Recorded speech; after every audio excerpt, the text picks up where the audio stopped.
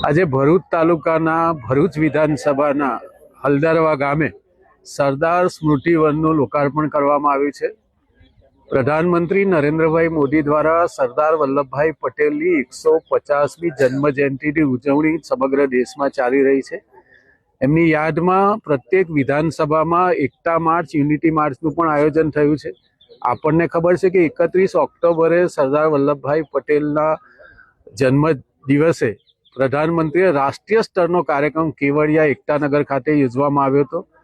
બીજા તબક્કામાં પ્રત્યેક વિધાનસભામાં સરદાર વલ્લભભાઈ પટેલના કામને યાદ કરવા માટે 562 જેટલા રજવાડાઓ એક કરીને અખંડ એક ભારતનું નિર્માણ એમણે જે કર્યું છે, એમની યાદમાં 562 જેટલા વૃક્ષોનું વાવેતર કરીને હલદરવા ગામે 19 જેટલી જાતોના વૃક્ષો અને સાથે સાથે જે 562 રજવાડાઓ એકત્ર કર્યા હતા એને મેપમાં દર્શાવીને વર્તમાન અને ભાવિ પેઢીને હંમેશા પ્રેરણા મળી રહે, એમના કામોને લોકો યાદ કરે અને ભારતને એક અને અખંડ રાખવા માટે સંકલ્પિત બને એ હેતુથી આ સરદાર સ્મૃતિ વનનું નિર્માણ થયું છે।